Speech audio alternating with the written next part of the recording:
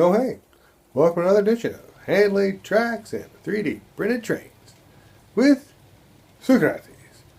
Today we're taking a look at tank cars. Saw this blue orange cap tank car in Amsterdam's Westhaven. Ladder on one side, name on the other. Wascosa.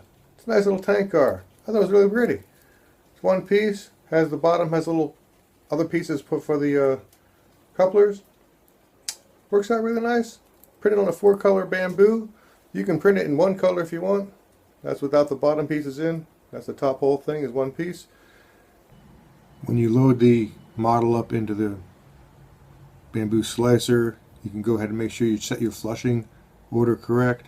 I flush the yellows and whites usually to 400 and everything else to 300, except blacks, which I flushed to 150. And you can just click the number. I'm using the pointer to click the actual numbers because it makes it easier to tell what I'm doing. But you can click 1, 2, 3, or 4 to select the actual colors. And if you hit F or fill, N to go to colors and F for fill, and then you hit leave connected for the same color on, pretty much it mostly goes straight through. You click on the ends in orange and the main body in blue and the two ends in blue. But first you set the whole color to white, and that way it makes all the letters pop out originally in white. I know, the sun, Amsterdam. But the O's in Wascosas are always a different color, so I made them the same color as the railings, which is in this case sort of a silvery color. And if the piece doesn't want to click automatically, like in this case one of the railings is sort of attached to the bottom, if you click on the edge detection back on and you control the slider on the edge detection for the smart fill angle, you can just click on it and usually it'll also work. So that one railing I think is sort of unfortunately connected. This was a bit troublesome. Also, you want to make sure you get that little tiny V inside the white, the notch on the side, the sort of middle of the car. And when you go ahead and slice it, you'll notice that in this case, I also, by the way, yeah, those little edges, those little tiny things, the sideboards can be clicked in color as well. But you do need to add support to this. It works better with support. And eventually I'll show that with the support, you want to get it onto the, increase the edge gap, basically. And you can see at this point I've gone through, made all the colors, everything looks good, all the letters are in.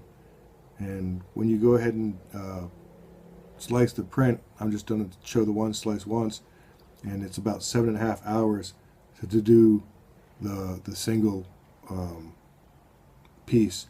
You can see here this turn the supports on, and I use a normal on auto at this point. For that worked quite well.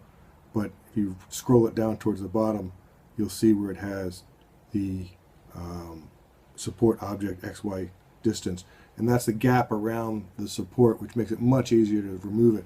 I also increased the top Z distance a little tiny bit, which is, again, it just makes the whole thing come out better.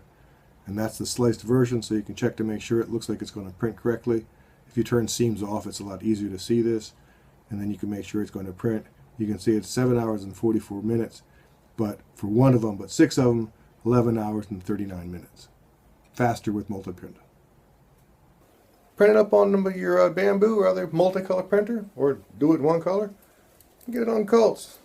Came out really nice. Happy with this one. Check it out on Colts. Thanks for watching. This was a quick hand-laid tracks and 3D printed trains. Doing tank cars this week. Another tank car coming soon. Tank car!